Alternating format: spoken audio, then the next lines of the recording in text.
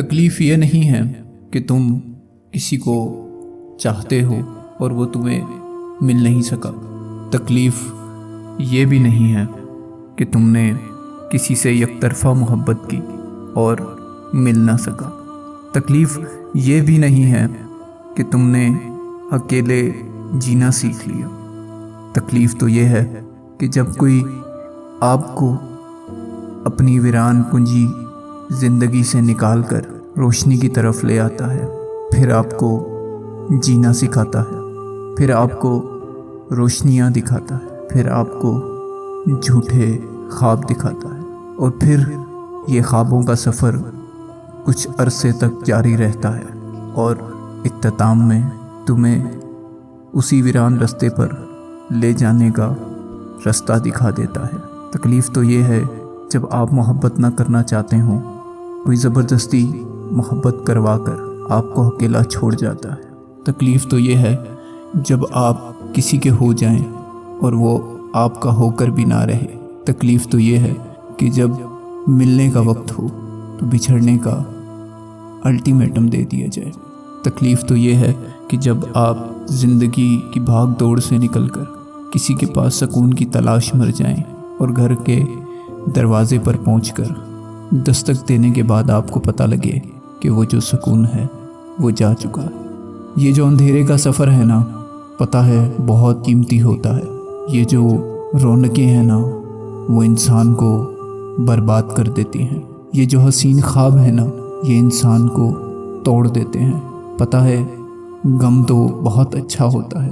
غم میں تم اسے یاد کرتے ہو جسے تم خوشی میں بھلا دیتے ہو۔ غم میں تم اس کے ساتھ جڑ جاتے ہو جسے خوشی میں تم جدا ہو جاتے ہو۔ غم میں تم اپنا درد، اپنے آنسو کسی انسان کو نہیں، اس رب کو سناتے ہو کہ جو خوشی میں تمہارے شکر کا منتظر ہوتا ہے۔ جانتے ہو اس سے بچھڑنے کے بعد میں بہت رویا، بہت رویا۔ پھر ایک آواز آئی، حیا علی الصلاۃ۔ میرے آنسو بڑھ گئے۔ ایسا لگا کسی نے کندھے پر ہاتھ رکھ دیا ہو میرے اور مجھ سے پوچھا ہو، بتا کیوں اتنا اداس بیٹھا ہے۔ پتہ ہے جب تم اکیلے بیٹھ کر رو رہے ہوتے ہو نا، اس رب سے اس کے فرشتے سوال کرتے ہیں کہ یا اللہ، یہ جو تیرا بندہ ہے یہ کیوں اتنا زار زار رو رہا ہے؟ تو اللہ فرماتے ہیں جاؤ اس سے پوچھ کر آؤ یہ کیوں رو رہا ہے۔ پھر فرشتے اس انسان کے پاس آتے ہیں، اسے چپ کرواتے ہیں اور وہ چپ نہیں ہوتا۔ پھر فرشتے لوٹ کر اللہ کی طرف جاتے ہیں اور فرماتے ہیں کہ یا اللہ، یہ تو چپ ہی نہیں کر رہا۔ وہ پھر سوال کرتے ہیں کہ یہ اتنا کیوں رو رہا ہے؟ پھر اللہ فرماتا ہے جاؤ دوبارہ جا کر اسے چپ کرواؤ۔ پھر جب فرشتے لوٹ کر آتے ہیں تمہیں چپ کراتے ہیں، لیکن تم پھر بھی چپ نہیں ہوتے۔ تو جب دوبارہ فرشتے اللہ کے در پر حاضر ہوتے ہیں اور کہتے ہیں یا اللہ کہ یہ شخص چپ نہیں ہو رہا، تو اللہ فرماتا ہے کہ میں نے اس سے اس کی پسندیدہ چیز چھین لی ہے۔ فرشتے کہتے ہیں کہ یا اللہ آپ نے ایسا کیوں کیا؟